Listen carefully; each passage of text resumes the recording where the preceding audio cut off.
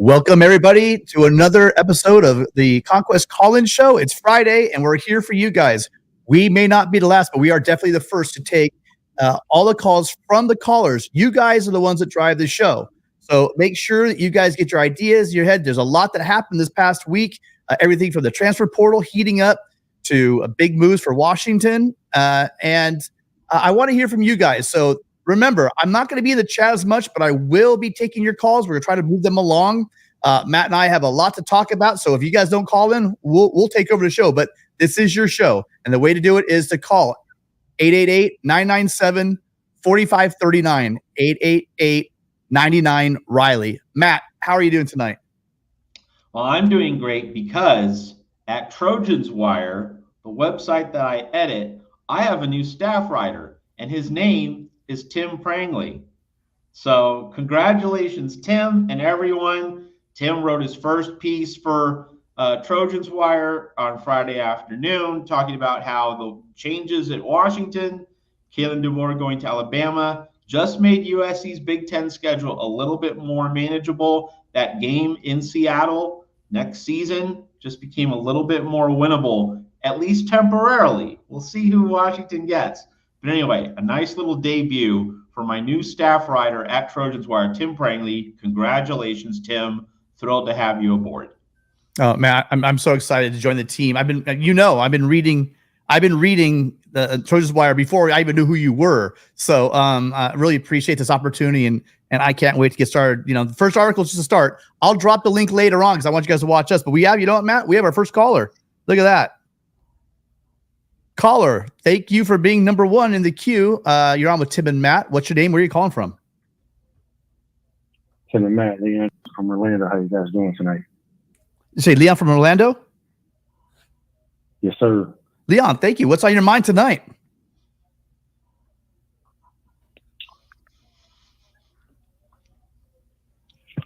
Leon, you got us? Go ahead. I can hear you. Yeah. So what's on your mind tonight? We can talk about portal, Washington. What we got to talk about tonight? Well, a couple things. The one thing, does anybody know what the status of Isaiah Rubin is? I know he put out a video a while ago that he had with SC, but I don't see anything official from SC. The other thing I want to talk about is the transfer portal targets. We still got Silas Bolden sitting out there. We got Jaden Mayava signed for some extra quarterback depth. Isaiah Rakes, I know we've talked in the last couple of weeks about interior defensive lineman. We picked up Isaiah Rakes. Is there anybody else that we're looking at? So there's a couple of things on my list for tonight. Well, as far as let's go back to what you just said. So we talked about earlier on the Tuesday show, but for those of you guys that didn't tune in, he's referring to Isaiah Rakes, who we picked up. Big guy from Texas A&M, that big, huge fire plug in the middle that we're looking to do. If you notice, our defense was much improved, but even in the Holiday Bowl, we were still getting smashed up the middle. This is our answer for that. This is our answer to beef up in the middle for the Big Ten.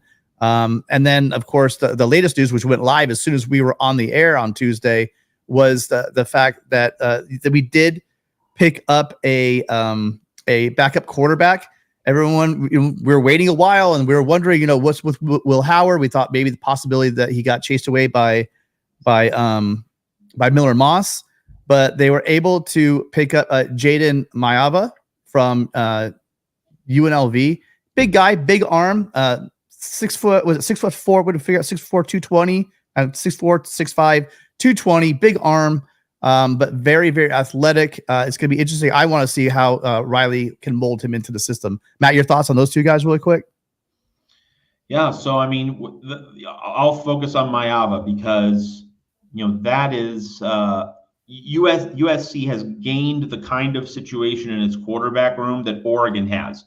And what does Oregon have? Oregon has Dylan Gabriel there for 2024 as the veteran, the upperclassman. And then it has the underclassman, Dante Moore, willing to sit for a year and then take the keys of the offense in 2025. USC needed a situation akin to that. And with Mayava now here, USC has that. Miller Moss should be the QB1, the guy who's going to take the reins in 2024, the upperclassman who has the trust and confidence of the coaching staff and of all his teammates, as we saw in the Holiday Bowl, 10 other guys on that offense rallying around him, helping him to be better, going to the wall for him. I think Mona Moss should be QB1. It would have to be something remarkable would have to happen for Maava to overtake him. I really think that USC has now stacked its quarterback room properly. Moss at 1, Maava at 2, and they needed a QB2. They needed a solid backup and also a guy who's younger with multiple years of eligibility, so that there could be a Moss to Maava handoff in 2025, exactly what Oregon has with Dylan Gabriel handing the baton to Dante Moore. So USC really did get its quarterback room in order. We can all breathe a sigh of relief. Like, we don't have to worry about that position now, and it's all about offensive and defensive tackles. And of course, one of the things that I'm seeing in the chat, let's deal with another topic. Because Nick Saban retired, there's now a special transfer portal window specifically for Alabama players. And so USC needs to land some of these really big fish, especially on the offensive and defensive lines from the Crimson Tide. So we'll see what USC can scoop up specifically from Alabama after Nick Saban's retirement. Yeah, and then you brought up Isaiah Rubin. So for those of you guys that don't follow recruiting as closely as Leon does, he was the cornerback, late commit that signed with US, I believe. Well, his signature didn't come in right away initially, but and then it kind of lagged for days where he wasn't actually. They didn't actually announce him. And to be honest, I'm kind of not sure if he ever did get announced yet.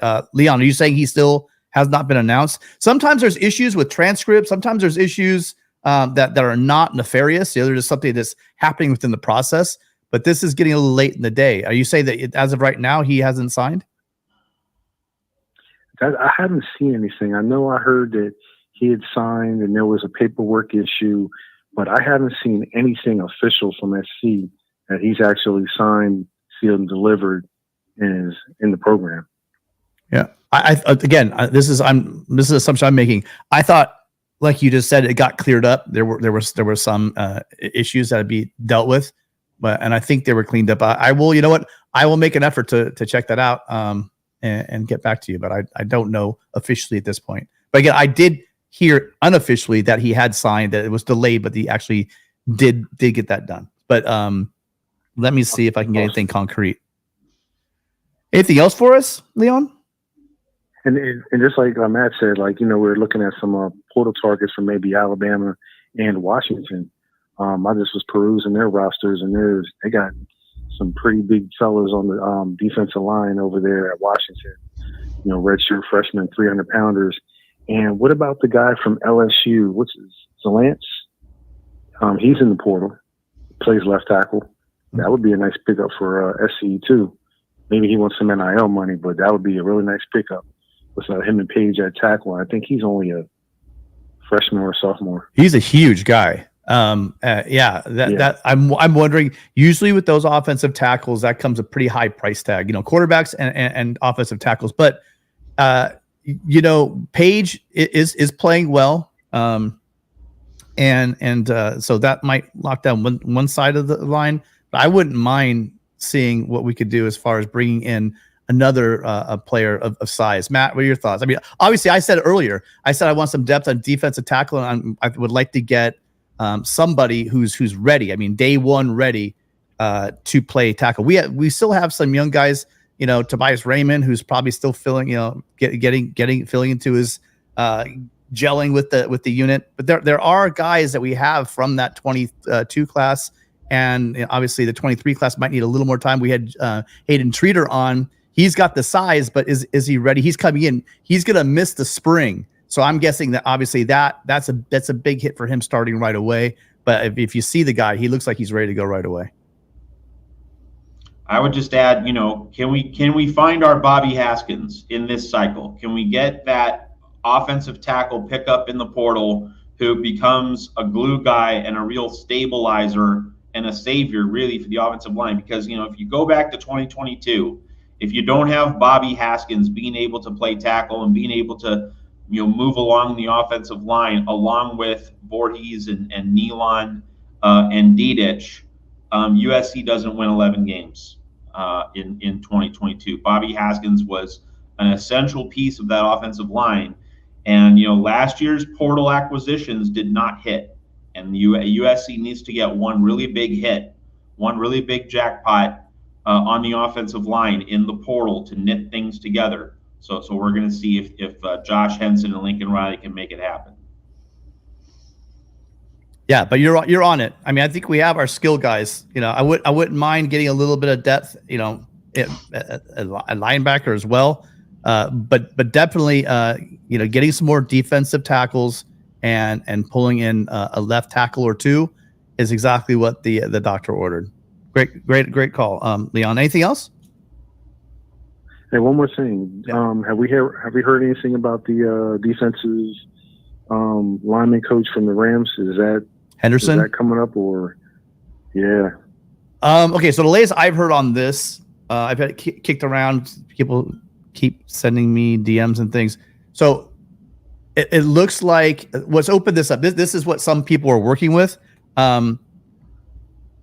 That Henderson might be moved to that outside linebacker, that rush end position, and I'm sorry, that Nua might be bumped out to that outside linebacker position, rush end guys, and then you have Nua inside on the line. Henderson on the inside, Nua on the outside, Henderson, right? So that's what people. That's all speculation. You guys, nobody's been right about any of this stuff. It just comes out of left field all the time. How many people were like way out ahead of any of these hires that we've had since since you got I don't know, even going back to the Bone days? These things come out of left field, and we're all excited. We have the people we want. We feel like we're good with you, and all of a sudden, some rock star comes out of nowhere and blows everyone's expectations away. So that would be an amazing hire. But I don't have any. I have a source that's kind of telling me that he's heard things, but nothing is concrete. Matt? And Newell was a outside linebacker, defensive end coach in Michigan, right? Yeah, his situation with Nua again up in the air because someone I saw it on Twitter today.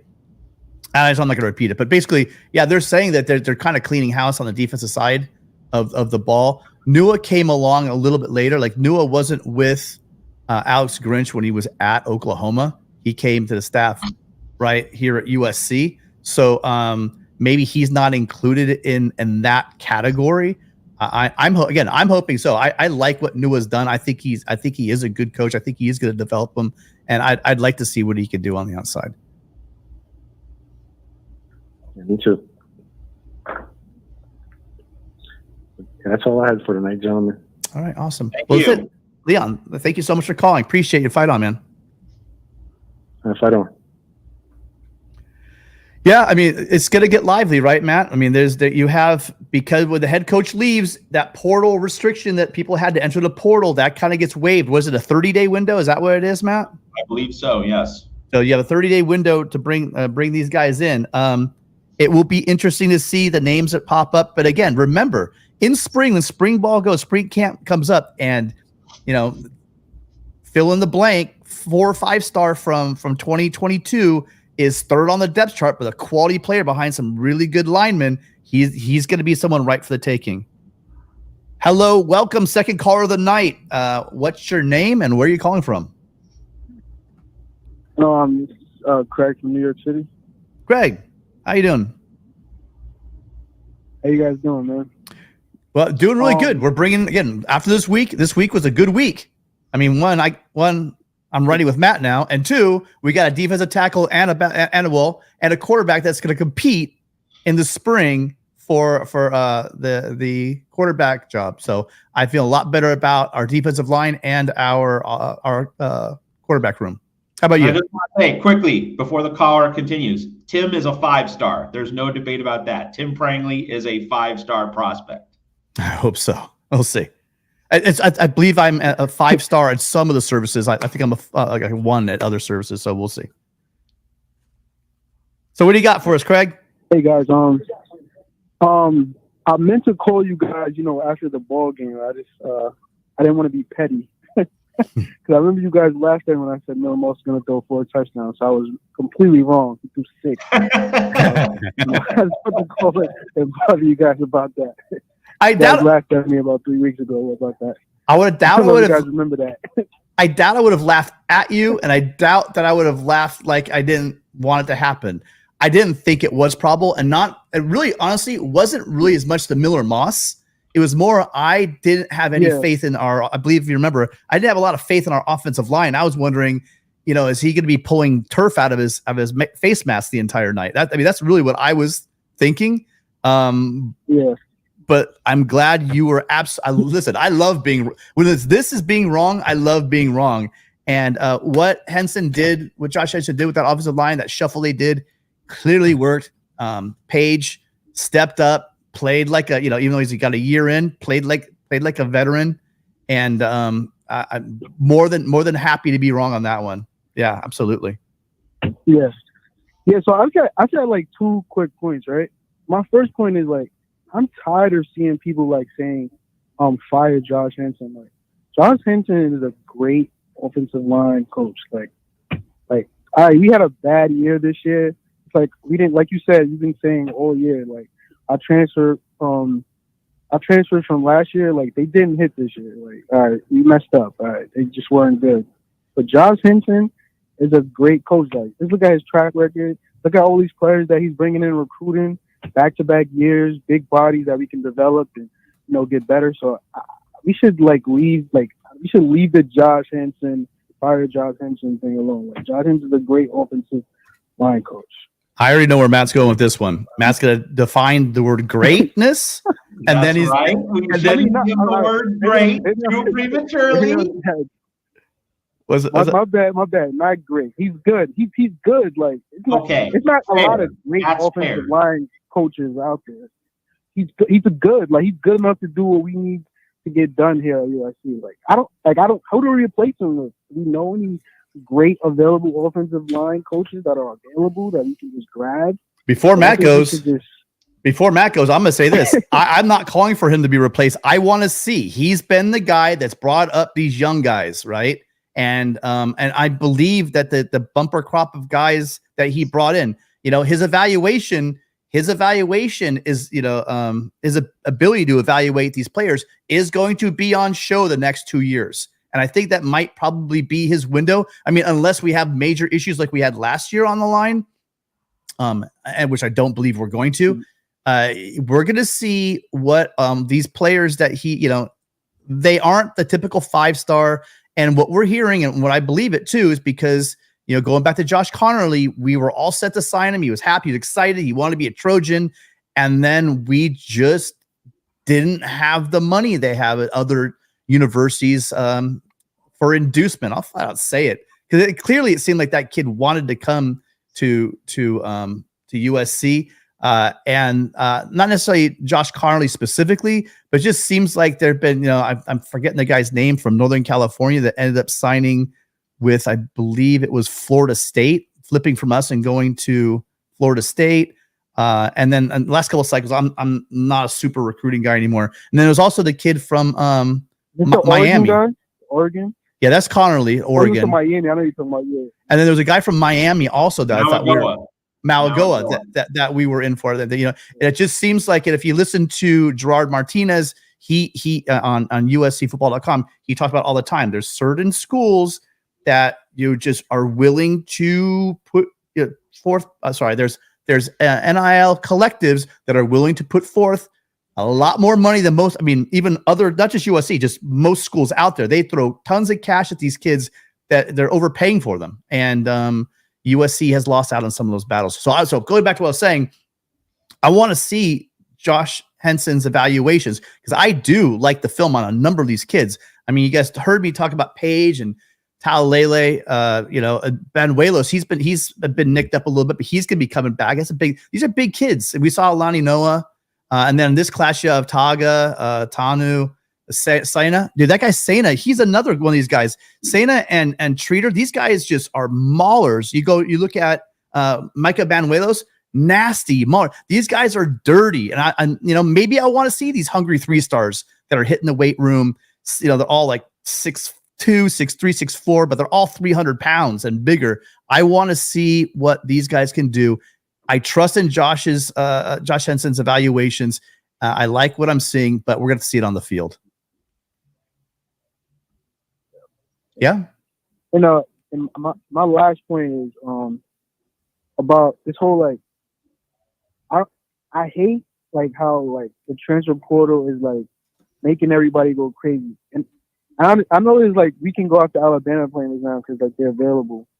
But other than like the Alabama players, I think like Evan Stewart was like the last great player that I was like, yeah, we get him like back to really help us because he's like a great player.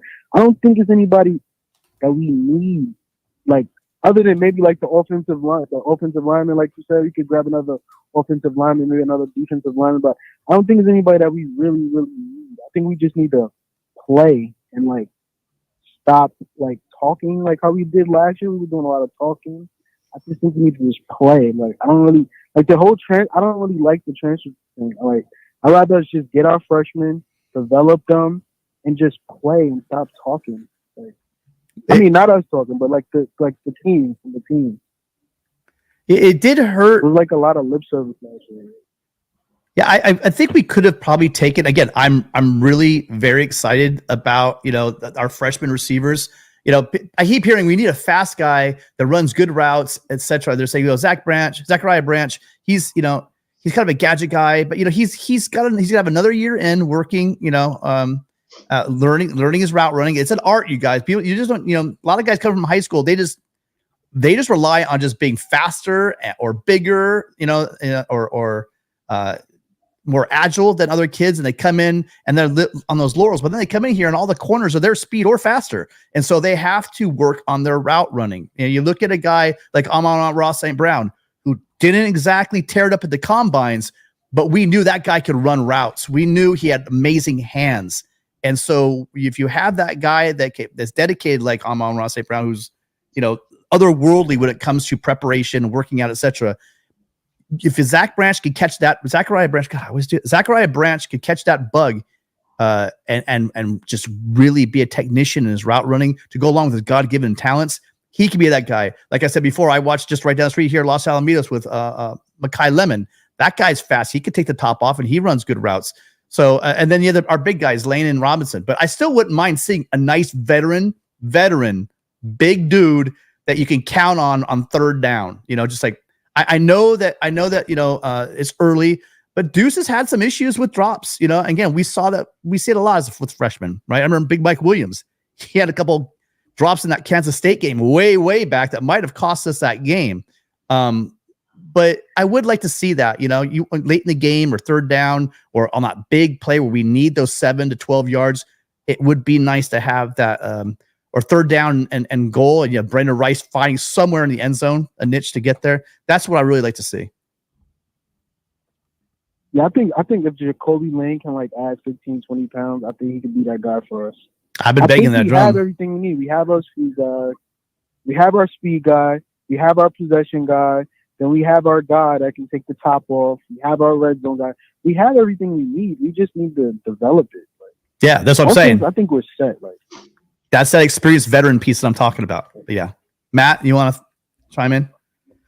Yeah, I mean, I think it's player development at receiver, and finding the right players, because it was interesting. I read an article a few weeks ago saying that Dorian Singer was not a fit for Lincoln Riley's offense, because he was better in a scheme that enabled him to catch jump balls.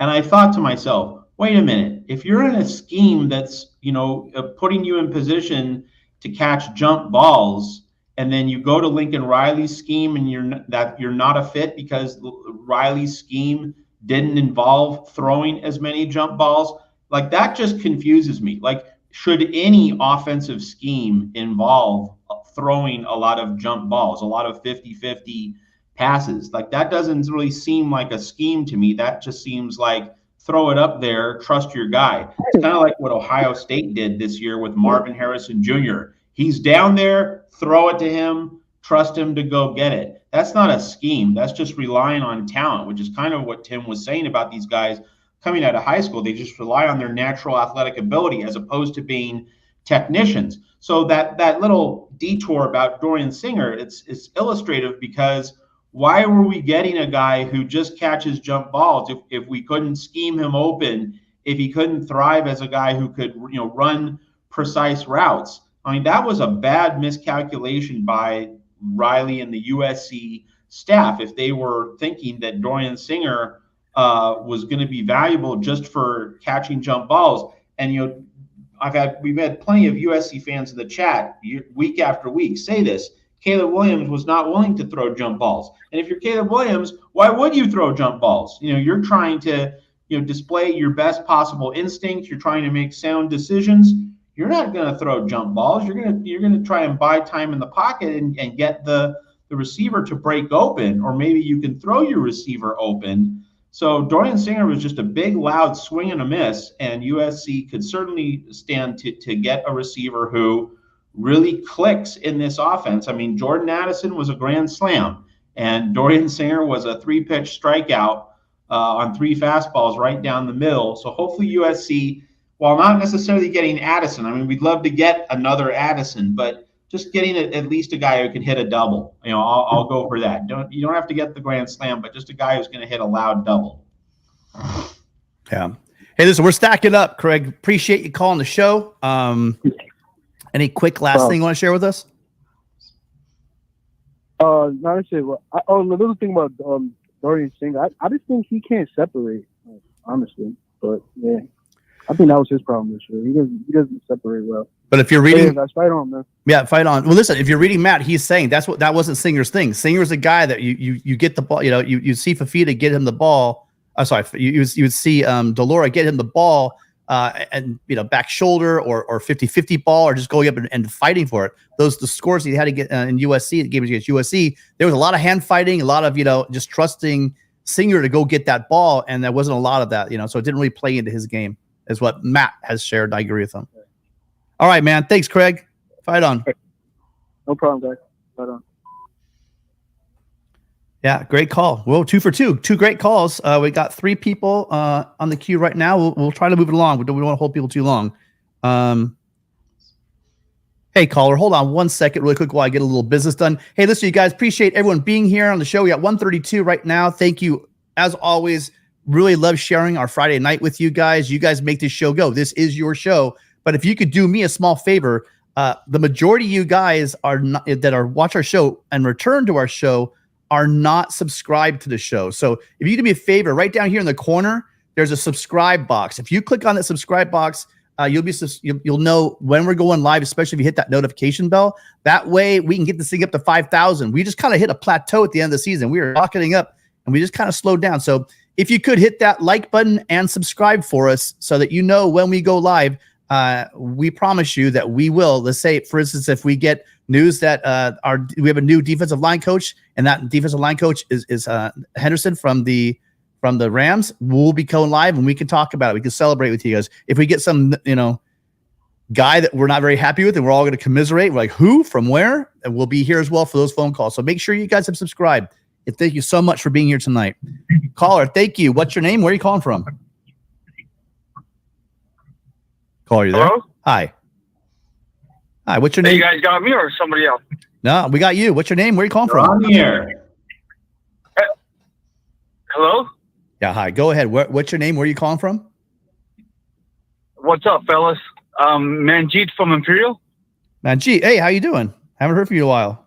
Hey, what's going on, guys? Yeah, it's been a couple weeks, but I don't have much. I'm just gonna reiterate and kind of beat the dead horse.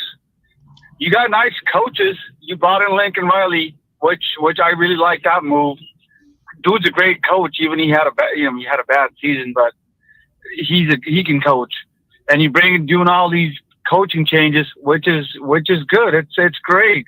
But those coaches aren't going to go out on the field and play for you.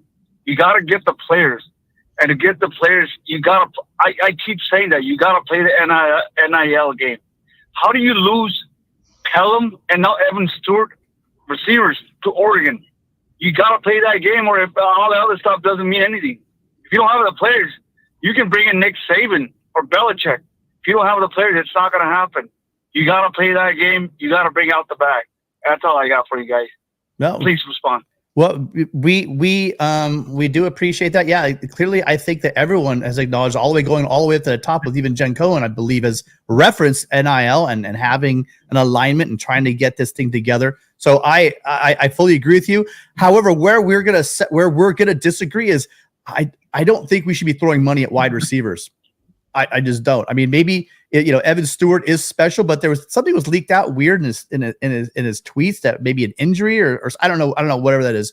But these guys, where are they ending up? Where are Pelham and where is Evan Stewart? Where is their priority at? And you hear Riley talk about he wants dudes that want to be here at USC. I mean, you pay these guys, these young men, and they come into your school. They got to keep paying them, regardless of how they're doing on the field.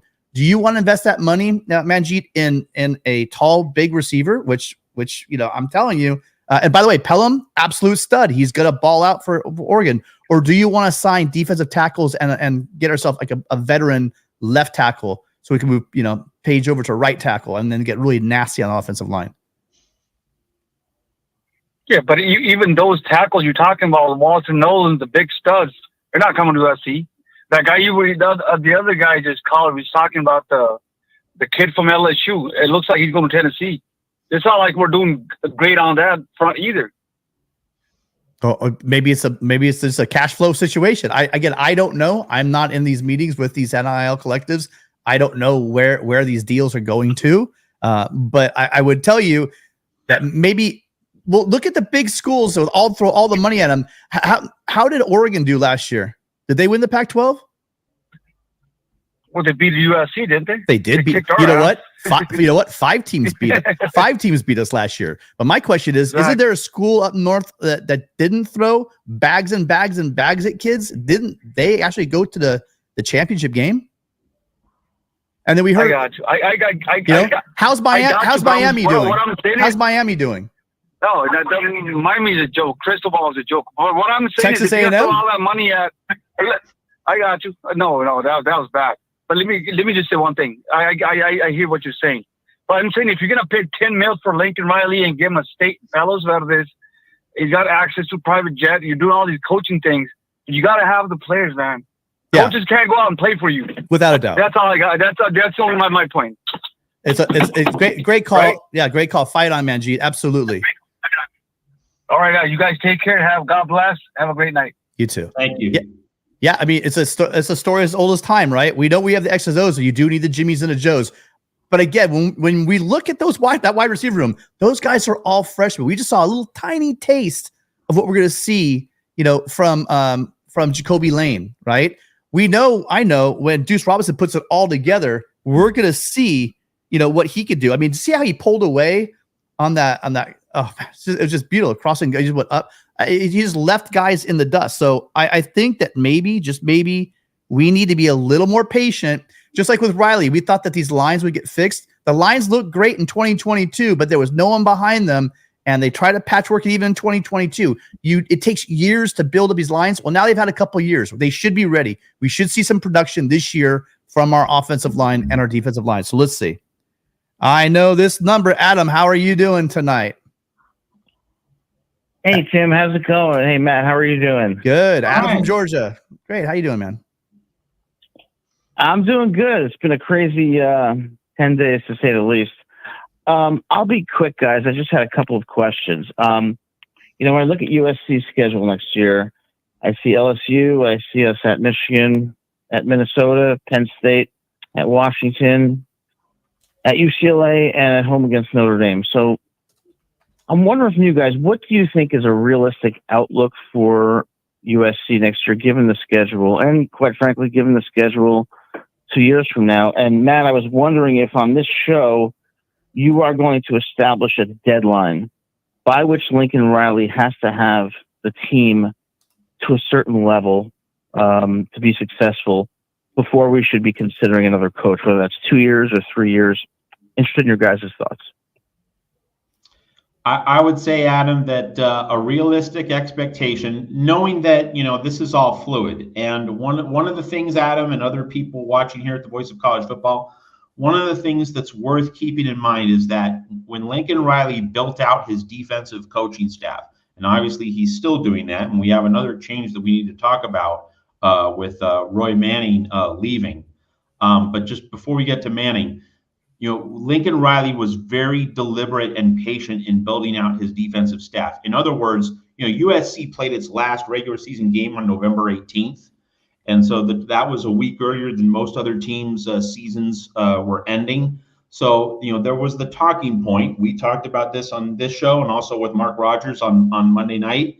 We talked about, there's a chance for USC to line up its defensive coordinator and its defensive staff in that last week of November before the transfer portal window opened on December 4. And there was a chance for USC, to gain time on a lot of other schools, a lot of other competitors around college football. But there was also the need, and this is what Tim stressed, that you would like to make hires more quickly in an ideal world, but the main thing is you got to get the hires right.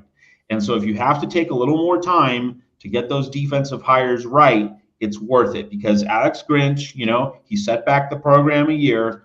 And you needed quality coaches in terms of development, in terms of technique.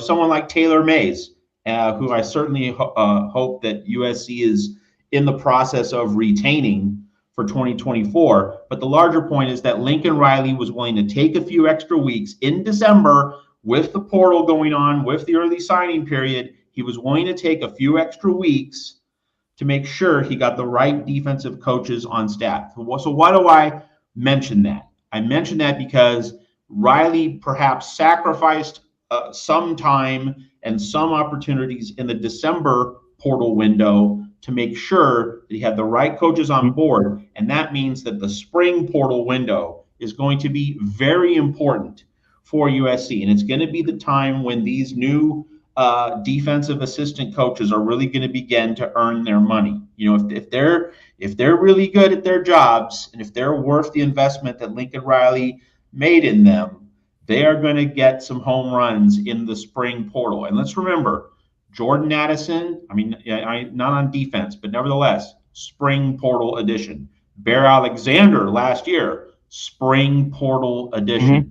So Lincoln Riley was willing to sacrifice a measure of success in the December portal so that he would achieve success in the spring portal. And so when we talk about what's a realistic expectation for USC next season, check back after the spring portal window closes. That's when we'll get a fuller measure. But right now, Adam, I would say this: with a 12-team playoff, 10-2 against the schedule USC is playing gets the Trojans in pretty clearly. The USC will not be sweating bullets at all if it goes 10-2 against its 2024 schedule. So I would say it might not necessarily be a realistic expectation, but I think that's the goal. I don't think you can set the goal at 12-0. That's ludicrous. And I think 11-1 is a little hyperbolic, especially after last year. A lot of us, myself included, began the season thinking that 11-1 was realistic.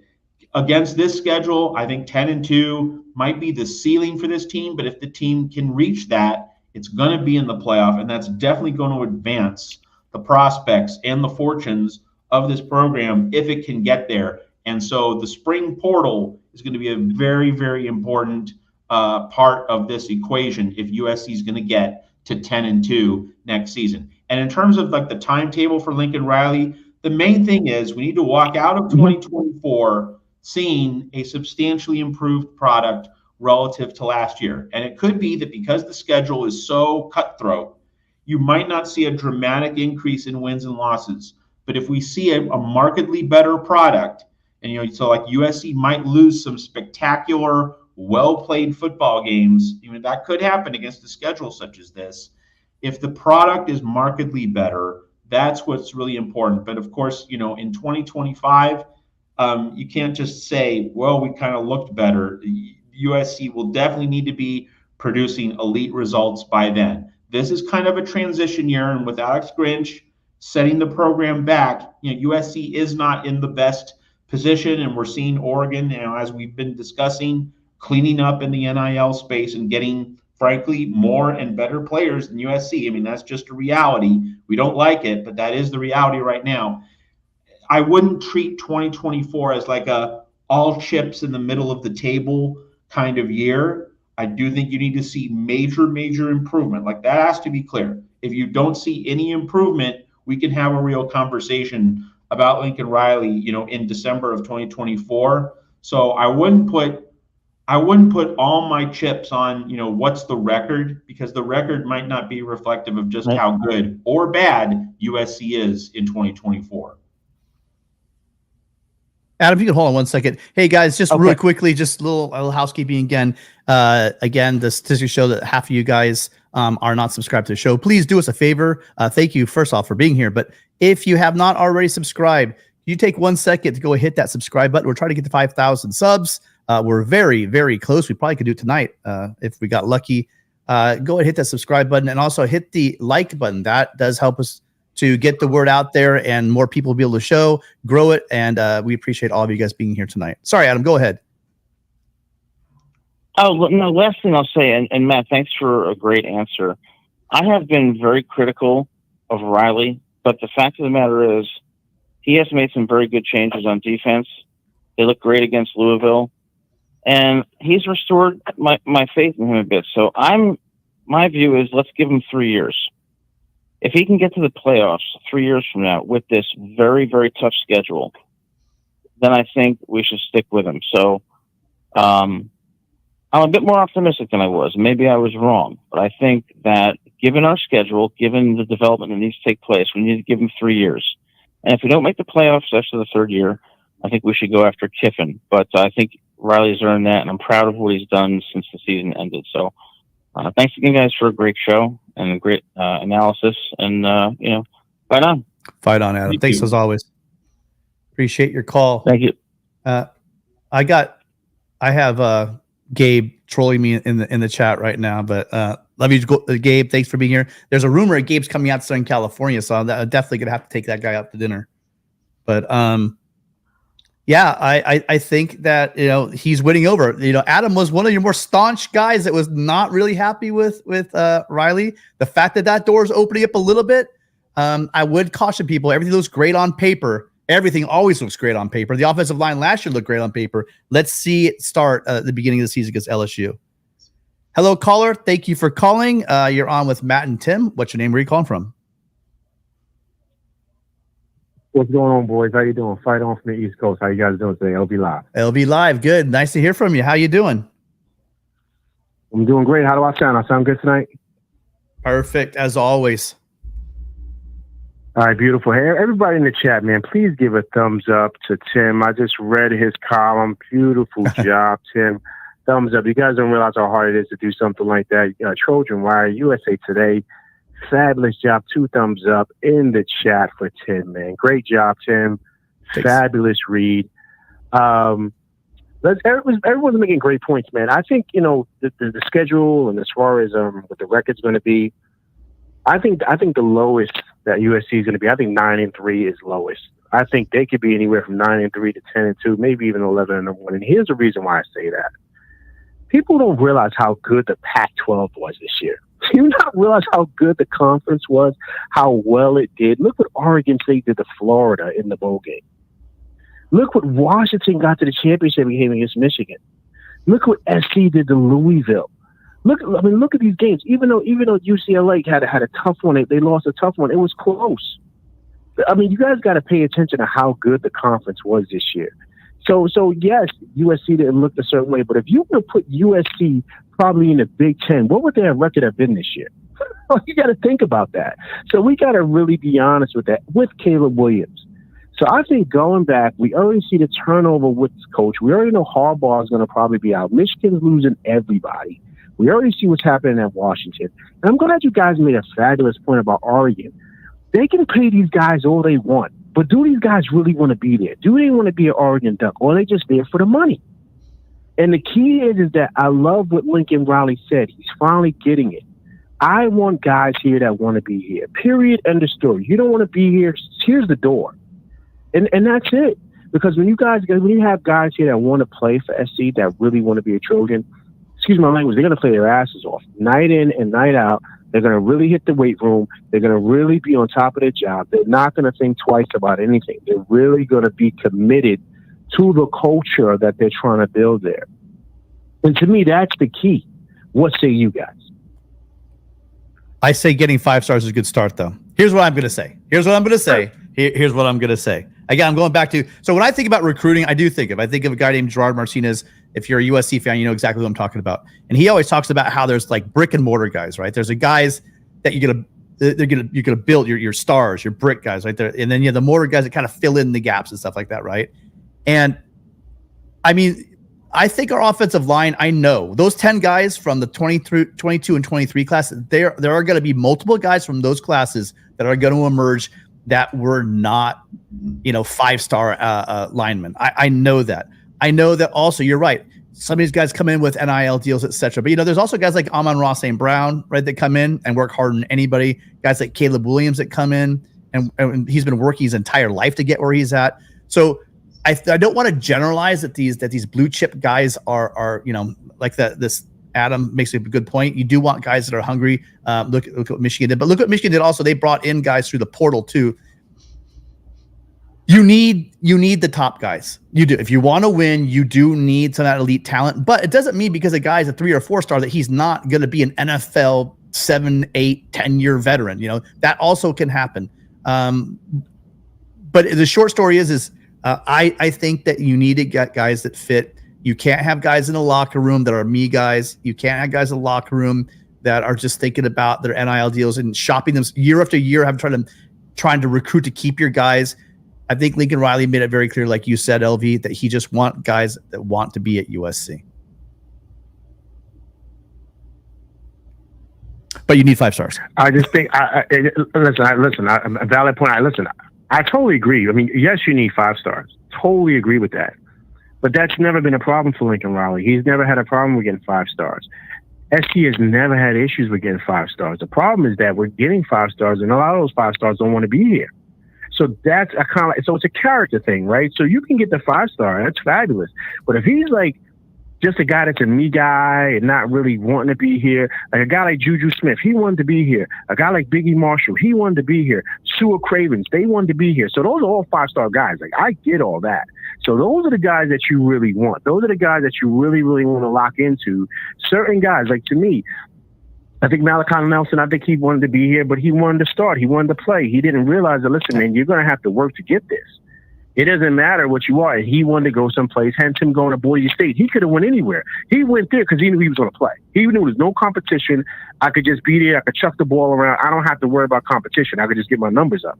Certain guys are just like that. So I think, yes, 5 stars are important, but the character, to me, is even more so, if that makes any sense.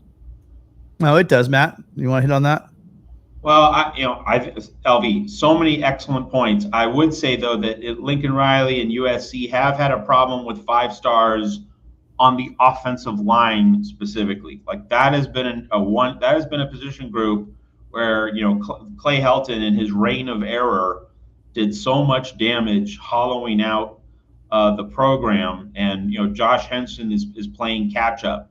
And that's where USC still lags behind, and so that's an area where USC needs a 5-star type splash. And so maybe you can get someone from Alabama in the portal, maybe you can get someone in the spring portal window, who has that 5-star heft, that 5-star quality along the offensive line. But I think more broadly, your point is true, and in terms of your point, LV, about character. I don't think we can emphasize enough that, how much Alex Grinch and Dante Williams set back the program. And one of the things that I notice every time I come onto this live show, whether it's this Friday call-in show or our Monday show with Mark Rogers, I see so many folks in the chat, and, sincere, well-intentioned. So, I'm not trying to throw anybody under the bus, but they're talking about how these players didn't measure up and they didn't have a high football IQ, blah, blah, blah. My resolute, steadfast position, it's not that the players had a low football IQ, it's that they weren't given a football IQ because they weren't coached well. Especially for younger players coming into the program. How can you criticize a freshman for not having a high football IQ when he's coached by Alex flipping Grinch? He wasn't put in position to succeed. And so when we talk about character, it's also about being given the tools to be a man, to be self-sufficient, to be, you know, a guy who can think on his feet independently, do his job, and just be a leader by example, so that the other teammates don't have to worry about him when you have 11 guys in that foxhole on the field. So like that's part of also character, is being prepared, being equipped, knowing you're ready, you know, knowing you're on the field. One of John Wooden's many famous sayings, and I think it's my favorite: failing to prepare is preparing to fail. You know, and USC did not have guys who were adequately prepared under Alex Grinch and Dante Williams. LV, I think it was you, I could be wrong, but like I think mentioned last week that Taylor Mays, you know, coached up the secondary, fixed all these problems that, you know, were allowed to fester the whole damn season under Dante Williams. I mean, it's technique and it's development, but that is also part of character. You know, being able to know what your job is and then you go out and do it. That's being an adult. That's being responsible. That's part of character. And we didn't have that during the regular season. We did have it in the Holiday Bowl. And so to me, LV, when I hear you talk about character, for me, a lot of that is just from having adults in the room now, finally, on the coaching staff. And I reiterate that I hope that USC is going to officially retain Taylor Mays. Like, I haven't seen news stories about him, but, you know, with Roy Manning going out the door, like, there's still obviously a lack of resolution on some of these coaching spots. Boy, we need to see Taylor Mays get locked down, kept on this coaching staff for sure. And the one point I'd add about Taylor Mays is that, you know, with the Seattle Seahawks job coming open and Mike Vrabel not getting the New England Patriot job, you know, which struck me as a surprise, there are now more and better NFL jobs open. And that means that Mike McDonald of the Ravens might get one of those jobs, which means Danton Lynn could go to the Ravens, and we could have a Cliff Kingsbury 2018 repeat at USC, where we bring on a coordinator, but he never actually coaches a game for USC because a plum NFL job comes up. But if that happens, having Taylor Mays, Tim, you can uncover your ears. You're hurting my brain, Matt. You're hurting my brain. Having Taylor Mays on staff, sealed, is a big time insurance policy against any potential coaching changes that might happen. Yeah. Hey, LV, Matt, I gotta stop you, Matt. I gotta stop you with your bad juju. Your bad juju, Tim. We gotta flush this away. We'll work on him. We'll work on him. No more of that, Matt. We let him go on too long with that juju. I know you put it out there. Kingsbury. Yeah. Stop him, Tim. Stop him. But anyway, listen, you guys are making valid points, and I'm glad you brought that up because, like, the character point. If you think about, like we've talked about, guys that have been here before, like coaches, right? So you think of Marv Grew, you think of Ed Ogeron, you think of all those guys that cemented those characters and really helped build those players, to your point. And of course, thinking back now us losing, of course, the guru of college football, Nick Saban. If you guys identify and realize, remember before all this NIL stuff, he had stockpile players, 5 stars on top of 5 stars on top of 5 stars. Those guys stayed there because of the development. They didn't care that they got screamed at. They didn't care that they had to run all those hills and they wouldn't get in the game. They knew, to your point, that the development was going to be there and they were going to be better players and be prepared for the NFL. And that's what they wanted. And I think that with this coaching staff that we are keeping, Matt, right? I think that they are pretty much sync line. And I think Lincoln Riley identifies that too, that's what he needs.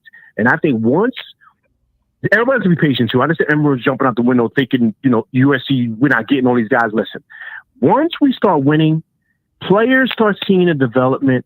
They start seeing that guys are leaving and going to the NFL and they're better players than they were when they got to SC. I will see things shift and we'll be getting 5 stars once again. All right. But listen, I'm out of here. Listen, guys, great show. Tim, congratulations again. I'm out of here from the East Coast. Fight on, people. Take care, guys. Yeah. Fight on LV. As always, bringing it. Great phone call. Just really quickly, I wanted to hit on that whole thing with it. I said it before. The NIL money is important, but you know what's bigger money? That's first, and then that second, that guaranteed money, and then that second contract. These guys and these families and these handlers and the coaches, they want to know these kids are going to go somewhere, they're going to get developed. USC, they start turning guys into, like we did for years. There's a reason why USC and Ohio State have more NFL players first round drafted than anyone else, because we used to put these guys into the league. We used to take care of it. We got to get back to those winning days. Hello, caller. You're on with Matt and Tim. What's your name? Where are you calling from? Yeah, this is Gary from Dana Point. How Gary, are you guys doing? I was hoping you were calling. Usually you're first. Well, I was sitting back, lying low in the weeds here. I want to talk about an X factor. By the way, I love it, all the stuff I'm hearing today, and part of this stems from the idea of culture. But there's an old adage that says, there's not much to be gained by a second kick of a mule. And so here's what I'm thinking. We went from the UCLA game, which was cleverly disguised as a funeral procession, to the Louisville game, which looked like a Mardi Gras. And I guess my question is, are there enough players that played it in the Louisville game to take the majority stockholder position on character, on team, on esprit de corps, on all those things, so that now these new kids that are coming in and the transfer people are coming in are going to be absorbed into something now that's a lot different than that whirlpool of turbulence that we had last season. Because I think that the X factor is always the character of the team. And I know we talk about culture, but the character of the team is probably a bigger part of it. So I don't know how many kids that played at Louisville game are coming back, but I hope that they are majority stockholders in the culture that needs to be established and maintained, so we don't slip to the second kick of the mule like we did last year and have a season sabotaged by in-house fighting or whatever it was. I don't know what it was, but I am thrilled with what I see happening with the team, with the coaching hire, with what Riley is not just doing, but he is talking culture, commitment. He's talking Trojan history. He's talking, to become what we've been for decades and decades and decades. So do you think we have enough of a majority of the team to absorb the new kids coming in? Gary, I would put it this way. First off, we just need more bodies up front. We got Rakes, the transfer from Texas A&M, to help out Bear Alexander. But, two beefy guys in the middle does not a defensive line make. We need to get more reinforcements so that we will be able to rotate guys in and out. Also, so that if an injury occurs, we'll be stocked. We don't have the depth that we need up front, defense or offense. And I would say defense first, because Louisville was still able to run the ball to a certain degree against our front four in the Holiday Bowl. We will need to be a lot tougher, a lot stronger in the Big Ten. Especially you get into late October, early November in the Big Ten, in the Midwest, you need to be able to win a 17-13 rock fight against an Iowa, against Wisconsin, whoever. And we do not have the depth up front just yet. However, Gary, the really optimistic part, I'm gonna phrase this as a triple stack answer. My triple stack is this: we had two of the three stacks in the Holiday Bowl. One stack was addition by subtraction. No Alex Grinch, no Dante Williams. That was one stack that made the defense better. Taylor Mays having an expanded role in the Holiday Bowl. That's the second stack. And the third stack, which we haven't seen yet, is Danton Lynn, Matt Entz, Doug Belk, what they bring to the table. We already saw 2 layers of improvement for USC's defense, both the guys who were no longer on the staff in the Holiday Bowl and the guys who had an expanded role in the Holiday Bowl. But we still have that third stack coming in, the new defensive coaches, who are going to be able to study that LSU game film all off season long and come up with an absolute great game plan for Las Vegas on Labor Day weekend. It's that triple stack component of addition by subtraction, addition by retention, and then addition by the new hires that Lincoln Riley's made. I think USC could experience exponential, astronomical growth and improvement in terms of all the changes that we've seen on the defensive side of the ball with the coaching staff. Yep. I can't add anything to that. What else you got for us, Gary? No, that's all. I just was. I don't know if you directly answered my question. I love the answer. Right? I love the content and I love the information. I just was wondering about the spirit of the team. Now it looks like we've taken over the culture. That's what it looks like. I just hope it can be maintained. But the last thing I'll say is I hope you guys are going to have a show every Friday until the season starts. Are you? I keep dragging Matt here. No, I'm just kidding. Yeah, Matt says that we could do that, right, Matt? Are we going to make it official? Well, Gary, you might have heard of this thing called the NCAA tournament. So there will be a couple Fridays where I'm going to have to cover some Juju Watkins as USC women's basketball makes a run at the Final Four. But for the most part, we'll be doing this consistently. But there will be a few Fridays in March that I know that we'll block off, because I'll be busy writing about basketball. But we'll do 28 out of 30. I hope that will be satisfactory, Gary. Yep. No, I can live with that. And Gary, so directly to you, Gary, directly to your answer. A lot of the guys that you did see in that game, obviously we're losing Didic, but a lot of the guys, we saw a lot of youth and a lot of young guys in that game. The majority of the guys you saw playing there will be back next year, because a lot of the guys are opt-out guys, right? That they're not going to be back anyway, right? A lot of the guys that were portaling out, they're not there. We had one guy portal in. Well, short story is yes. The majority of the guys, I think the culture comes from top down, right? It's being established by the coaches. I think you see a huge, when you bring in a whole new defensive coordinator and a bunch of new coaches with the experience they have, there's going to be definitely an imprint coming from Entz and from Lynn. Lynn's young, but he's been in football his entire life, and he's been coaching for the guy's like an old young guy. He's got all that experience. So I think you're going to see a huge culture shift, and I do think that Riley, it's going to start from the top. And I'm cue all the Oklahoma fans with their comments, but we're getting less and less of those guys, so we'll see. But thank you so much. I appreciate you calling as always, Gary. I do look forward to your call every week. You're the best, Gary. Love you guys. Fight on. Fight on, Gary. And to the 6 people that I let down for the 30th show in a row, that literally, the longest wait time right now, Matt, I got to tell you, we have someone's been waiting 36 minutes in the queue. And I don't know where they are, but I think we're going to move a little bit faster because I want to respect your time. Sure. But we've lost 6 people and we have 4 people in the queue right now. So first up, hello, thank you for calling. But first off, thank you for being here. And you're on with Matt and Tim. What's your name? Where are you calling from? Hey, Matt, Tim, is this me? You're on. Am I on? Yeah. Am I on? Yeah. Outstanding. Hey, my name is Mario. I'm calling from Silver Lakes, California. Say Mario? In the high desert. And yeah. Okay. Can you hear me? Yeah, loud and clear. Sorry. Go ahead. You're good. Oh, yeah. Excellent. Hey, I was listening to some of these callers with some great points put out there. But I also, I'm going to talk about a little bit more about the line, the O-line. And I remember before the Liberty Bowl, listening to Lincoln Riley, and he was talking about these young guys are ready, and everybody looks at the O-line the way it was, in this past year, 2023. And when we have, we have guys like Tarquin that just did not play well. I mean, it's NIL for whatever it is, to me, it's like mercenaries. Because unless you're going to find those diamonds in the rough that are going to buy into your program, that want to be Trojans, which has been spoken about here in this session, it's just a toss up.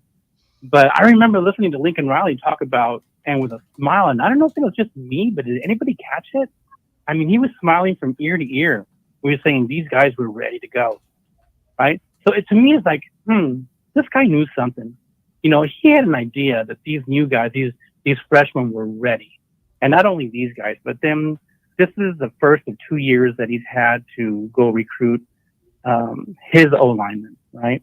So I look at that and I go, yeah, that makes sense. That makes sense that they played the way they did. And it also makes sense that the first couple of reps that they didn't, they're kind of feeling their way out. And then all of a sudden, bam, they caught on and they played. It was awesome to see. It really was. And I just want people to think about that. I think that Lincoln Riley knew. And one of the other things I also want to ask you guys is, what do you guys think about Solo Tuli? Is he going to apply for another year, or can he do that? I don't know when that goes through. I know they did. I mean, he's got. If anyone's ever had a hardship case, it's going to be this young man because talk about fight on. I mean, he should have if he doesn't play another down at USC, they need to have a plaque for this young man because going all the way back to modern day, he had I believe originally was it a foot injury or a knee injury? I can't remember. This guy has battled through injury after injury, and for all I ever hear, he's just positive. He's a workhorse. He does everything he's asked to do. I'm hoping so because he adds a lot of size, and the guy's strong. You know, he came in as a linebacker originally, believe it or not. In high school, he was a linebacker, and he is right. I think he would be great there. Yeah, I think that I just think strength wise, size wise, speed wise. God knows the dude has intelligence. You're looking, he's been in the system for, I don't know, he's been in football at USC for a long time now. So he's going to have, he can add that maturity level to that defensive line, maybe another piece that they're missing. I hope so. I mean, I can't imagine him not getting it. Matt, have you heard? I haven't heard that he's not. Again, I haven't anything official that he is going to be back for sure. I haven't heard anything specific, but I do think. Well, I really hope so because, man, that is one good guy. What's that, Matt? Yeah, no, I mean, I haven't heard anything specific, but you know, I would think that he would be granted, you know, the waiver if he applies. So, right. Yeah. Right. So we'll cross our fingers. Like you said, he's a great guy. He is. And I know that you got somebody earlier brought up the topic of, you know, the receivers like Deuce had a little bit of the drops, and he's a freshman, man. Right. You know what? I remember Drake London the same way. Right. True. But look where he's at now. Yeah. Yeah. Right. I see a pattern here. Deuce, you know, Drake London. All these guys are 6'5", 6'6". Big Mike Williams, big receivers, young. We were talking earlier. They're talking about, you know, I mean, I think everyone's referring to Tackett Curtis, right? When they're talking about questioning his IQ. There's a reason why you don't play freshmen. It's a big stage, and jumping from high school, you know, football to college football, the speed of the game, everything is light years. It's the same thing jumping. You go from college to the pros. It's just light years faster. Windows are closer. The concepts are a lot more in depth. You know, there's far more to process, and I think that, as Matt said very clearly, that some of these guys were not put in a position to succeed. And I think they have brought Deuce and these guys along slowly, which has been great. But you know, you're young and you're going to have those jitters, right? And I think they probably worked them out this year, and I expect a lot from them next year. Yeah, I do too. I really think that he's going to do well. We just, you know, like, I don't know, maybe we should just send over our vibes, you know, when we're there watching in the game, you know, send over our vibes. Dude, you got it.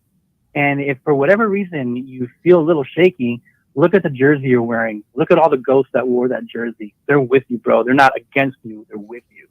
Catch the ball. You'll do fine. Yeah, I think you're right. I think that he's gonna be just fine. I can't wait to see him. You know, a lot of guys make that huge, right? It's from freshman year to sophomore year. It's a huge leap, probably the biggest leap they're gonna have in college. So let's see what he can do next year. Anything else for us, Mario? Yeah, just one last thing, man. And what I want to talk about was this whole timetable that people are giving coaches. And I hear some of the callers saying, you know, like, we'll give Lincoln Riley 2 or 3 more years or whatever. We can't fix it. And we all know that this change or our schedule this year at the Big Ten is going to be pretty good, right? We have one of the best or the toughest schedules. But I think that NIL has changed everything, because everything that we have to draw on, like I started watching SC back when it was in the middle 70s and I was in the beginning of high school, and during Charles White, watching all that stuff. And from there to now, I could understand timetables, but now we have the NIL thrown in the mix, and it really is like, it's just nothing that were ready for. So how are we going to actually give a coach a timetable when there's so much change happening? And if anybody wonders about the change, I mean, look at the coaching changes that are happening in the NFL, and now throw that in with NIL.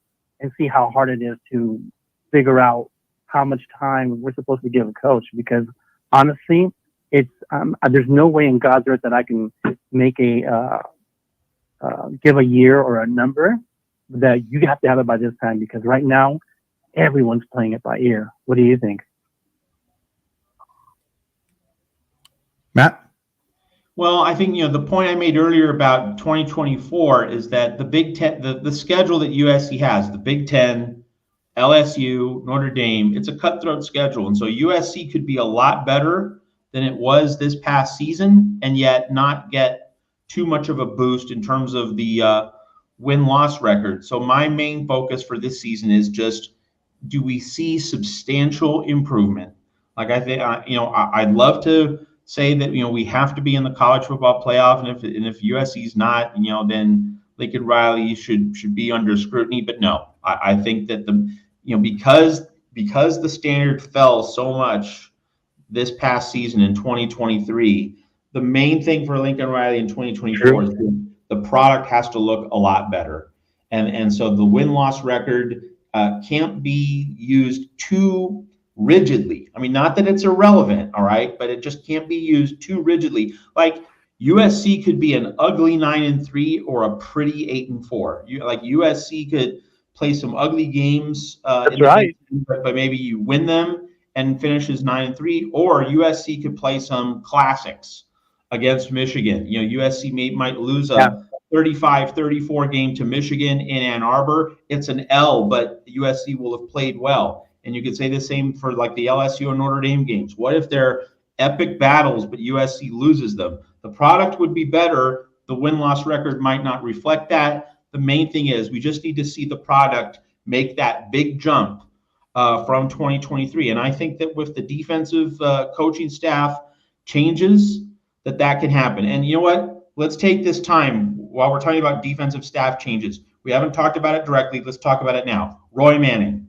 So a lot of people are going to be worried about his departure given his recruiting prowess. But let's remember, Dante Williams was also a guy who a lot of USC fans, I'm not going to say most, but I will say there was a vocal group of people who said, we got to keep Dante Williams because of the recruiting. Well, as things shook out, eventually, no, it was not worth keeping Dante Williams on this staff because of the recruiting, because he couldn't coach his way out of a wet paper bag. And we saw the difference that Taylor Mays made in the Holiday Bowl, coaching those guys up. First and foremost, coaches got to coach. Like, they can recruit, and that's certainly necessary and needed, but they have to be able to coach first.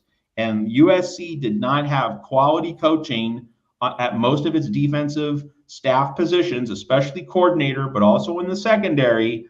And so with all of these changes being made, I think we can expect significant improvement, significant development and growth on the defensive side of the ball. And I think that, that will give USC the significant exponential growth in the product from 2023 to 2024, so that we're not talking about any kind of Lincoln Riley hot seat or Lincoln Riley crisis at the end of 2024. I firmly believe that. You're absolutely right. Yeah. It's like you said, it's like Matt said earlier, and he said, if you plan to fail, you're failing the plan, right? Or how is it? If you fail to plan, failing you're planning to prepare is preparing to fail. And if you look at what Lincoln Riley's doing, and if you look at what Lincoln Riley's doing right now with his defensive staff, I think he gets it. That's why he's got the staff that he's got now. Because if something happens and Lynn leaves, hey, look what we got. Yeah, there are some backups. Before I play devil's advocate really fast, like I always love to do it with you guys, I just want to quickly, again, sure. I also know that from our analytics that people kind of shuffle in and out here every 20 minutes, especially our callers. There are like 9 of them are probably going to be death threats, Matt, because I always say I'm going to go faster and I never do. But if you guys could take just a quick second, if you are not already subscribed to the show, please hit that like button. It lets us know that you're enjoying the content we're giving you, as well as hit that subscribe button. Help us get to 5,000. We really appreciate all of you guys being here, sharing a Friday night with us. It's really important for us to get that at 5,000 mark. So if you could, you like the show and you come here often, go ahead and subscribe, hit that bell notification. You know when we go live in case we do decide to hire Henderson from the Rams. Going back to Roy Manning. Roy Manning, like you said, has been a really, really big recruiter, probably the best really in recent years because Dante, has been there too, but and Roy Manning's been there right there with him. Is there any concern from either one of you? I guess I got you on the line, Mario. Is there any concern, Matt, especially that with the guys he brought in? You have a Braylon Shelby, and especially guys out of state guys, right? Like Braylon Shelby coming in here. What is he, Texas guy? I can't remember if he's a Texas guy or not. I think so. You bring him in. Let me double check. You bring him in, an out of state guys, and let's just say, I know he's going to play a lot next year. Okay, so I should probably even jump away from this. But is there concerns about when you lose a position coach? And normally I wouldn't worry that too much about it. But in the age of NIL, losing position guys, that's one guy that I'm really excited about seeing it. And also Georgia out of state, Cameron Fountain. He's also good. I think it'd be really special for USC. You run the risk, and again, I agree with you. You have to have the coaching because here's the thing. Also, if we're putting dudes into edge rushers into the league year after year after year, it doesn't matter who's we have in recruiting positions. Kids will want to come to our school. So it's just one concern I do have is out of state kids. If you're not getting the playing time or the run you think you deserve, you got people in your ear with NIL money and it's a free transfer. I'm saying, I hope that these guys are absolutely. I think they're solid. I have no reason to not think that they're solid. I do believe that both guys will get significant playing time. But you know what? This comes back to the Lincoln Riley talking point about guys who want to be Trojans. If they want to be Trojans, they'll stay. And if they follow Roy Manning out of the program, so be it. It wouldn't be fun. It wouldn't be the ideal scenario. But hey, best of luck elsewhere. And I'm not saying that sarcastically. I'm saying that sincerely. If they want to play for a specific position coach, hey, more power to them. Like we want players to be able to play where they feel comfortable, where they feel wanted, where they feel like they can thrive. Domani Jackson and Tackett Curtis leaving, that's a blow to the program, but I'm not gonna gnash my teeth because they had a certain attachment to the previous coaches that they worked with, and they those coaches left. I mean that's just the cost of doing business. So and one other thing about Roy Manning. Yeah. And this might be painful for USC fans to say, but we deal with the truth. We don't do Clay Helton sunshine pumping here at the Voice of College Football or at Trojans Wire. In terms of facing up to the truth, Oklahoma fans, and I learned this from my Riley Files series in the summer of 2022. Oklahoma fans were not high on Roy Manning. They said Alex Grinch is going to take you down. They also said Roy Manning is a problem. He's not the answer that you need at USC. And so I don't enjoy saying this, but Oklahoma fans were right. And so getting rid of Roy Manning, again, that shows the maturity of Lincoln Riley. It shows that he really gets it, that he really did learn the lesson of the catastrophe which unfolded last season. He is getting upgrades at every single defensive staff position. And that just makes me so excited for 2024 because it really shows that Lincoln Riley has had that epiphany. He's had that Saul on the road to Damascus moment where I need quality coaches. I need ball knowers. I need guys who know ball at all my defensive coaching stops. And that is going to pay major dividends for USC, not just this year, but down the line as you accumulate more and more success stories of good player development. Mario, one more comment because, again, I just lost two more people. We got someone who's been waiting 41 minutes, and I'm getting bad at this. I just want to say something really quick. Okay, I just want to say something really quick because you asked, and that is, normally I might get a little bit apprehensive about losing a coach like that, but after listening to these student athletes after the game was over in the Liberty Bowl, and they all talked about, everybody here wants to be here. They all know who they are. Everybody knew. They all knew who they were, not just their position, but their character. And that's what I got out of that. So that being said, losing a coach, is it going to be hurtful to recruiting? You know what? I think people forgot And maybe at SC, people have forgotten because it's been like 20 years or so, but nothing recruits more than winning. So if you're a coach and you haven't gotten recruiting down, like that yet, keep winning. I guarantee you, people are going to want to listen to what you have to say. That's what I have to say about that. Great. Hey, you guys are awesome. I love listening to your show, and I want to let you go and get some more people on there and fight on. Fight on, Mario. Thanks for calling.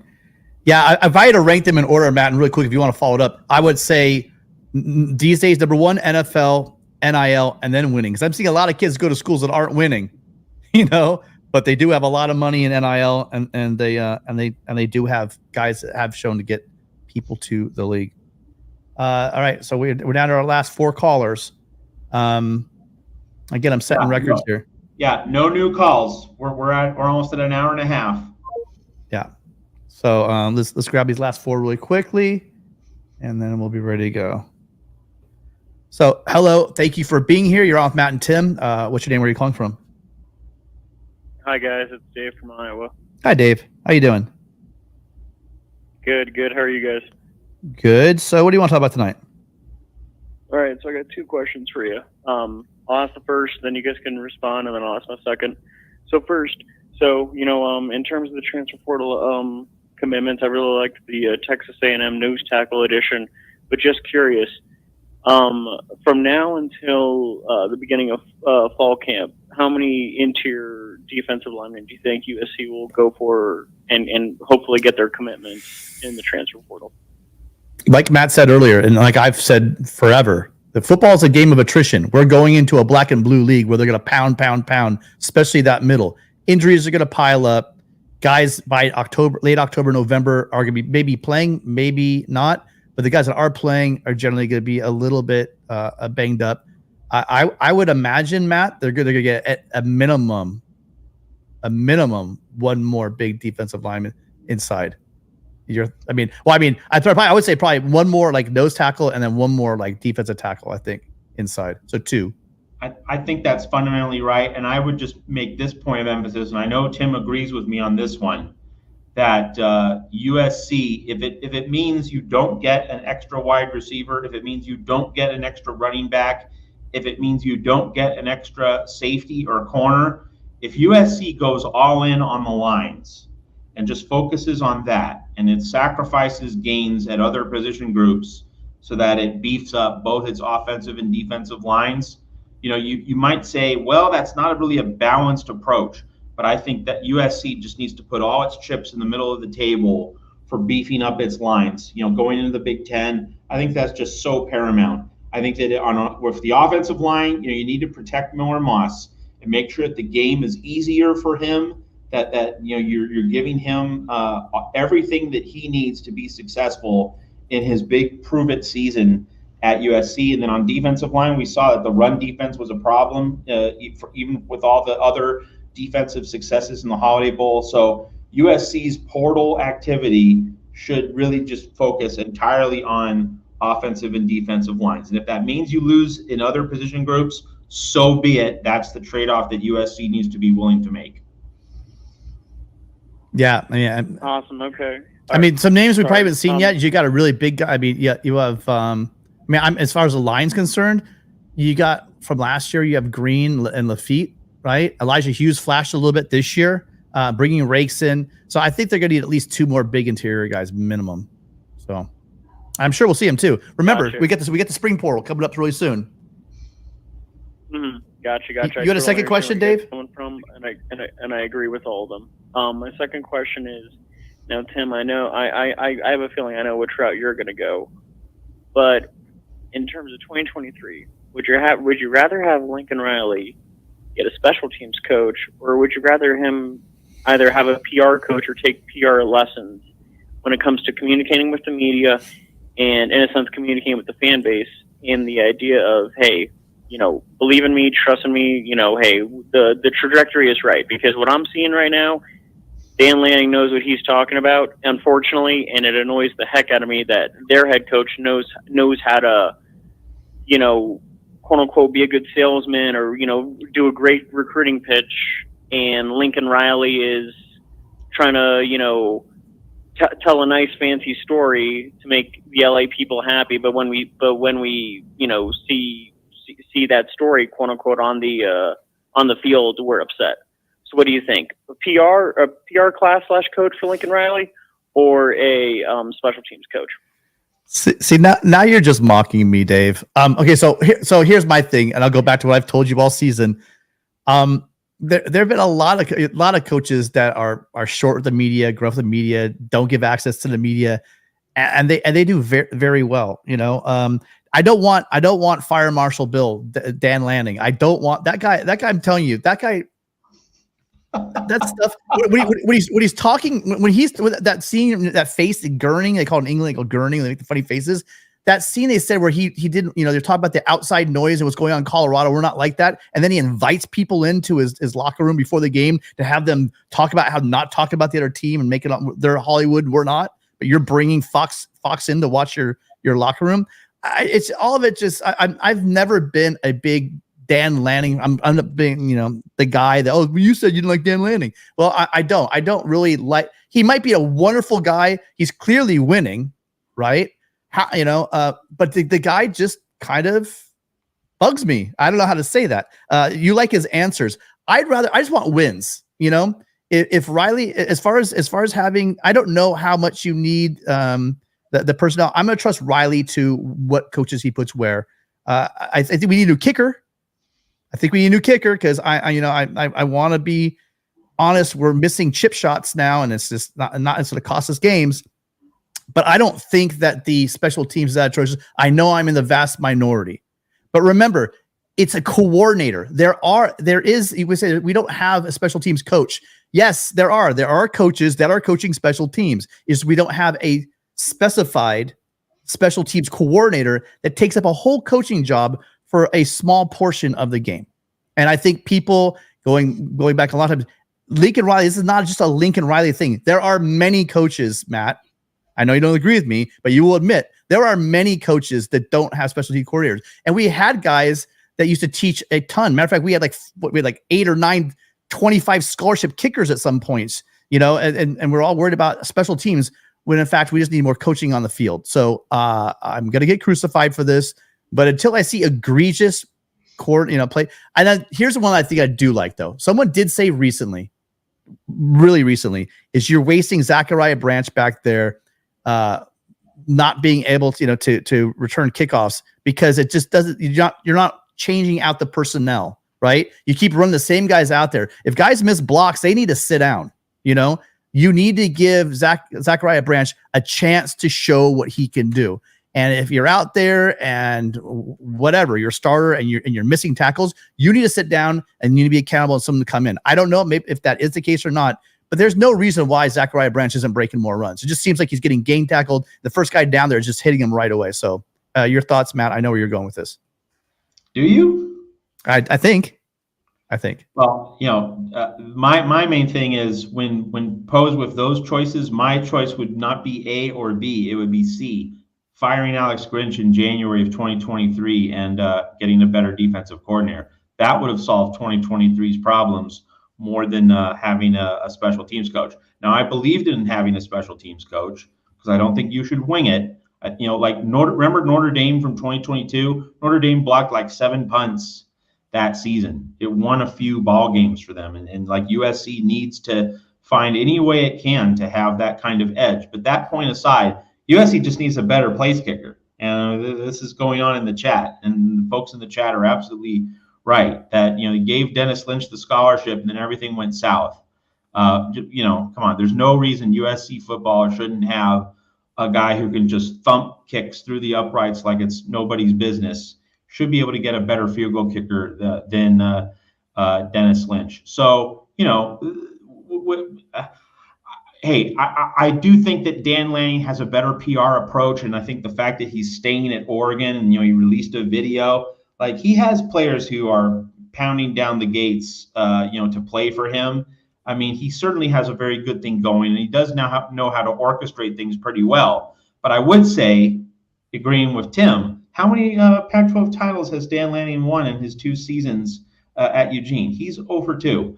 And so it does mean that, for all of the comparisons we might make about the PR and how you present your program, which aren't irrelevant, but the main thing is it's the coaching. I think that's the theme of tonight's show. It's the coaching. Get guys who know how to teach, who know how to develop players, and that comes before recruiting. It comes before the PR. It comes before all the other things. Do you have guys who know their ball? And USC did not have enough of those guys on its staff last year. Now I think it does. And if Josh Henson can really hit a home run as offensive line coach, that's my one question on staff. And just to be clear, I never got to the point where I said fire Josh Henson. I did say we needed to have a serious conversation about Josh Henson and that we needed to apply some scrutiny to Josh Henson.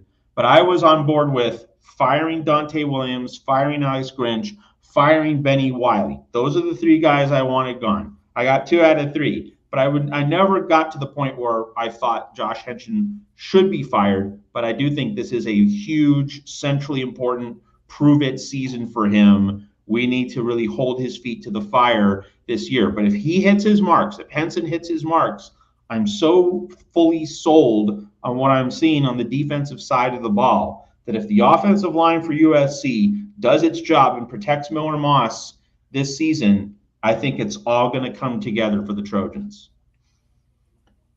Yep. And then like we kind of talked about it, the cupboard was bare. That was that mystical year of 2022, which was perfect for Caleb because it got him to New York. They brought Bobby Haskins in, who did a great job. Portal guy coming in. We thought, hey, we just plug portal guys in for our missing parts. We found out this year that's not it. And again, I think all the money, if we are going to go after younger kids, I think younger adults, I think we need to go after linemen with that NIL money. I absolutely do, because on offensive line especially, they just, it's football, guys. We know this. They have to get that time. They have to gel. They have to get those reps together, and that's where they need to do it. And this young group coming up together, they've all come up together. Second string guys, they're all ready to go. I can't wait. And I do think this year and next year is going to show us, his evaluation skills. They are not highly recruited. I think Jason Zandamel and Elijah Page are really the only 2 blue chip, and I am putting blue chip in there because if you watched our show with Hayden Treater last week, some of these guys, if you don't get out to the camps, you don't do the right things, you don't know the right people, you live in Colorado, you're not playing in the Trinity League or any somewhere, you're not playing in Florida or Georgia, you don't get the eyeball, or if you're not in Tennessee in the backyard, by the way, of all the recruiting services. I've always thought it was weird. All 3 recruiting services, correct me if I'm wrong in the chat, are all in Tennessee, and they're all in Knoxville, and I believe 2 of them are in the same damn building. So it's just this little, this thing where they do a great job. I'm not crapping on them, but at some point we have to realize that it's not a science. And I think probably one of the toughest ones to pick is who's going to be those elite tackles in college football, because we've seen a lot of guys come in and not really work out on that level. Dave, thank you. Unless you got something, one more thing, because we've chased off everyone. And by the way, in the chat, really quickly, this is a serious homework for you guys. If you haven't already, guys, one more time, I'm going to say it. If you could just please, I've just been really disappointed in the lack of subs we get lately. If you could just hit that sub, if you guys are enjoying the show, please do that. Hit the thumbs up so that other people can hear about the show and we know that you're actually liking it. But really quick question for you beyond those 2 points. Let me know. I want you guys to tell me, because we said this is a show driven by you guys, but I'm feeling bad because I'm looking at playing the call queue. And Matt, I had people on for 42 minutes, 40 people on hold that ended up just leaving. So I've got to do a better job managing that. And I'm asking you guys out there right now, what do we say? Should we make it to maybe 2 points? Maybe we should do that. Maybe bring your 2 points and we'll hold to those 2 points, and then we're going to move on, because if you leave it up to me, I'll be on the phone with you Trojan fans for like 25 minutes. I mean, that's just what I do. But in the chat, what do you guys think? What's a reasonable amount of, so this is your show, this is your chance, be heard. What do you think? How many minutes or how many points should someone be allowed to give? Go ahead and throw it at me, and then we'll try to hold it to that next week, because I want to honor, there were 12 people that called, and some of them waiting as long as 40 minutes that I didn't get to, and that's on me, and I'm very sorry that happened. So I am going to work on that. I'm seeing 5 minutes. I'm saying 3 points. I say 2 points. Why don't we split the difference on that one? We'll make it a hard 5 points, a hard 5 minutes maximum, and I think I'm going to go with 3 points with LV, either questions or whatever. But we have a 5 minute mark on that. So appreciate it. Thank you, LV. Thank you guys for your input. Anyone else throw in there? 30 minutes for Joe. Joe, you never call, so I mean, I'm not sure what you mean by that one. I think you called once. So anyway, anything, Dave? Because I've chased everyone else off really quickly. You have one last point you want to make, or one question for us? No, but that's it. I just want to say thanks for for letting me call in, and Tim, you're a good sport about me poking the bear behind the camera and microphone. Fight on, guys. Fight on. Hey, look, if you come here on YouTube and you have thin skin, or if you think that you're perfect, or if you think then you're doing the wrong. This is not the place for you to be. But appreciate most of the support you guys have. I also get I get as much enjoyment out of some of the funnier ones, some of the funnier hecklers out there. I enjoy those, but the people that come here just want to waste time. That's kind of annoying. Matt, we got through another one. I pissed off 11 people, but we did get through another call show. A great week for the Trojans. Yeah, and folks, in the chat, just drop this in the chat. Tim usually does this, but I want to do it now. Folks in the chat who are still around, thanks for sticking around. Tell Tim what you'd like to see him write about at Trojans Wire. Ooh, okay.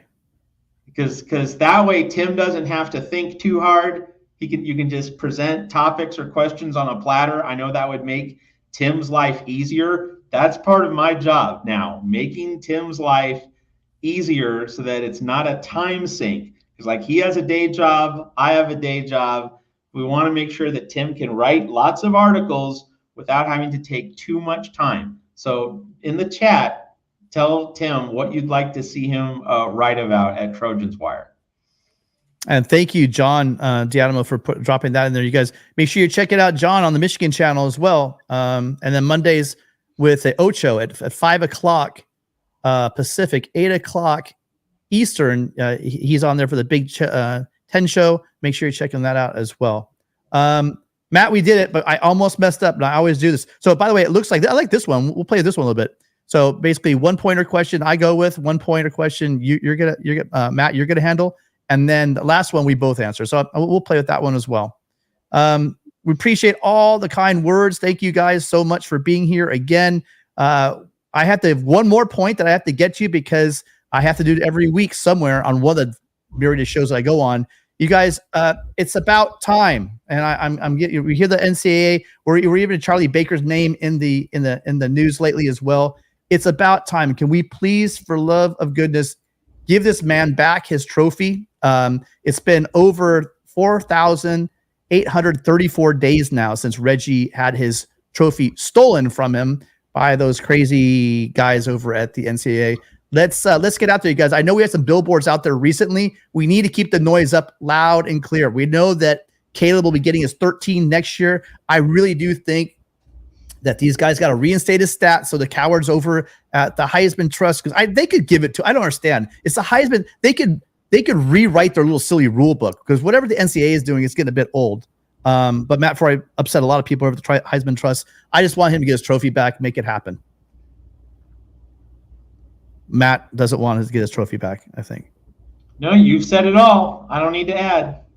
All right, well, you guys, thank you so much. We will see you guys again Monday at 8 o'clock Pacific, 11 o'clock Eastern for the, as always, with Mark, Matt, and myself for the Conquest, Trojan Conquest Live. Make sure you join us then. And also, as always, on Friday nights, you can see here at 6 o'clock. You heard Matt, every single one except for March Madness. We'll check you out all later. Thank you so much. Appreciate y'all being here, every single one of you. And I promise you, next week, we're going to work on those calls. We'll speed them up so people aren't waiting 40 minutes. Fight on, you guys. We'll talk to you guys later.